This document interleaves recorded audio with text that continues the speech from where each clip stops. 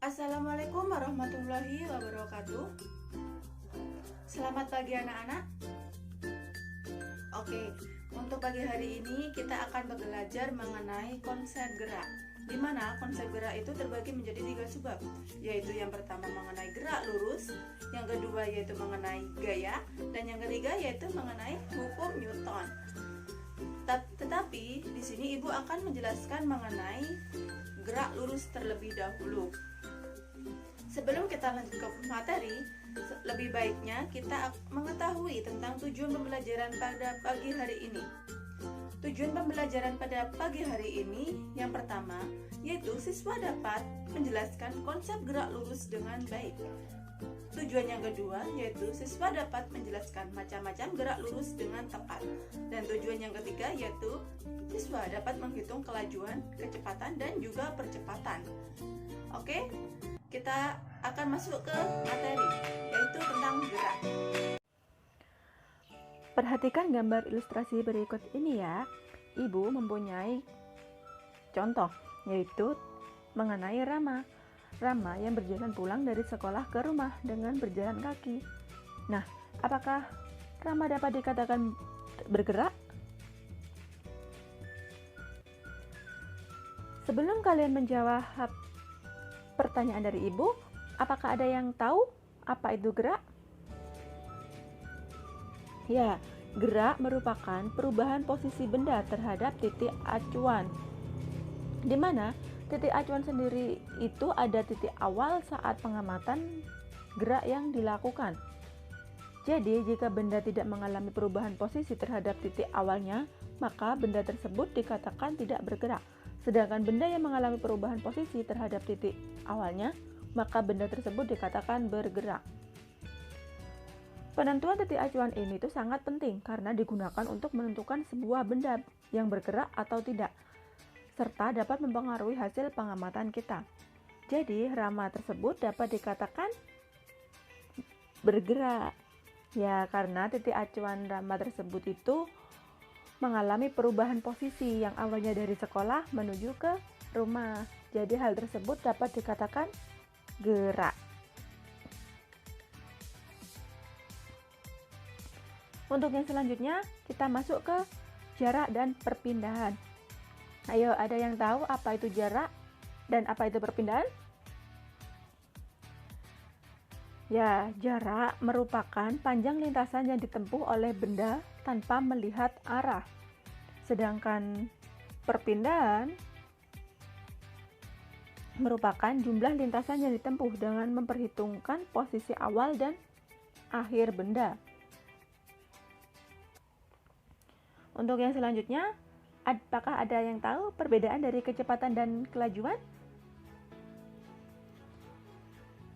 Ya, kecepatan itu merupakan perpindahan yang ditempuh per satuan waktu, sedangkan kelajuan jarak yang ditempuh per satuan waktu. Jadi, karena kecepatan itu berasal dari perpindahan, maka kecepatan itu juga memiliki arah gerak benda tersebut. Di mana kecepatan dan kelajuan ini memiliki rumus yang hampir sama, tetapi ada perbedaannya ya. Untuk rumus kelajuan ini, kelajuan sama dengan jarak per dibagi selang waktu. Sedangkan kecepatan sama dengan perpindahan dibagi selang waktu. Untuk yang selanjutnya, ada yang tahu apa itu percepatan?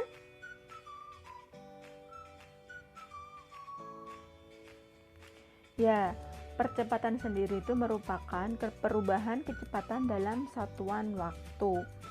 Dan dalam hal ini tuh secara matematis dapat dituliskan rumus, yaitu rumusnya alfa sama dengan Vt dikurangi V0 per T. Di mana alfa tersebut itu merupakan percepatan, V0-nya itu merupakan kecepatan mula-mula, dan Vt-nya itu merupakan kecepatan akhir, sedangkan T itu merupakan waktu. Untuk yang selanjutnya, kita masuk ke materi gerak lurusnya. Ada yang tahu ada berapa macam gerak lurus? Ya, betul sekali. Gerak lurus itu ada dua. Yang pertama yaitu gerak lurus beraturan atau biasa disebut dengan GLB. Untuk yang kedua yaitu gerak lurus berubah beraturan atau biasa disebut dengan GLBB.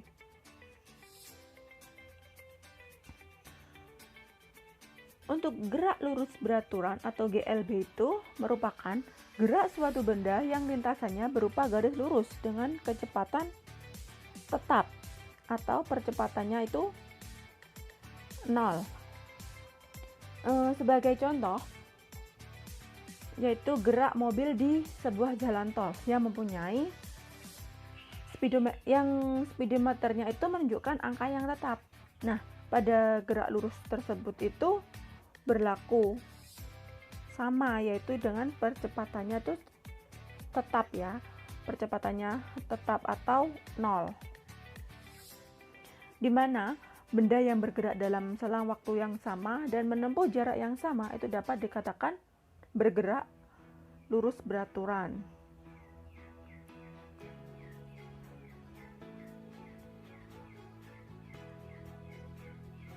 Pada gerak lurus beraturan itu berlaku persamaan matematis, yaitu V sama dengan S per T. V itu adalah kecepatan, S itu jarak, T waktu, dan A itu percepatannya. Di sini Ibu mempunyai contoh soal. Nah, contoh soal ini yaitu yang pertama, sebuah sepeda mampu menempuh jarak yaitu 200 meter selama 50 sekon. Berapa kecepatan sepeda tersebut? Apakah ada yang bisa membantu Ibu menjawabnya? Oke, jadi kita selesaikan bareng-bareng saja ya. Jadi, dapat diketahui bahwa jaraknya itu 200 meter, sedangkan waktunya itu selama 50 sekon. Jadi yang ditanya apa? Kecepatan sepeda, yaitu yang ditanya V-nya ya, yaitu kecepatannya. Cara menjawabnya yaitu menggunakan rumus di samping, yaitu V sama dengan S per T, di mana S-nya itu adalah tadi 200 dan T-nya itu 50. Jadi tinggal dibagi saja ya. 200 dibagi 50 sama dengan 4, yaitu 4 meter per sekon, karena dari jaraknya tadi rumusnya satuannya yaitu meter, sedangkan yang waktu satuannya sekon. Jadi satuan dalam rumusnya itu meter per sekon, jadi digabung ya. Jadi kecepatan sepeda tersebut adalah 4 meter per sekon. Untuk yang selanjutnya kita masuk ke gerak lurus berubah beraturan. Merupakan gerak suatu benda yang menempuh lintasan berupa garis lurus dan mengalami perubahan kecepatan yang sama setiap sekonnya atau mengalami percepatan yang sama. Ada yang tahu ciri-ciri dari GLBB? Ya, ciri-ciri dari GLBB ini ada dua. Yang pertama yaitu kecepatan berubah secara teratur atau tiap detik itu menempuh jarak yang tidak sama. Ciri-ciri yang kedua yaitu percepatannya konstan atau tetap sama. Untuk selanjutnya yaitu rumus dari GLBB ya. Rumus dari GLBB sendiri ini ada V sama dengan A kali T, atau diturunkan menjadi VT sama dengan V0 plus AT. Diturunkan lagi menjadi S sama dengan V0T ditambah setengah AT kuadrat. Jadi mendapatkan rumus VT kuadrat sama dengan V0 kuadrat plus 2AS.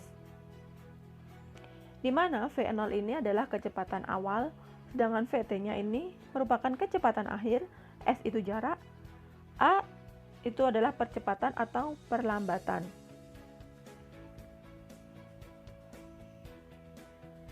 Di mana GLBB ini ada dua, yaitu GLBB dipercepat dan juga GLBB diperlambat. Dengan catatan, Apabila H alfa ini bernilai positif, maka itu artinya dipercepat. Sedangkan alfa bernilai negatif itu artinya itu GLBB diperlambat. Oke, materi kita sudah selesai. Terima kasih semuanya. Dan jangan lupa untuk mengerjakan tugas dari Ibu yang selanjutnya ya. Sekian pembelajaran dari Ibu. Kurang lebihnya mohon maaf. Wassalamualaikum warahmatullahi wabarakatuh.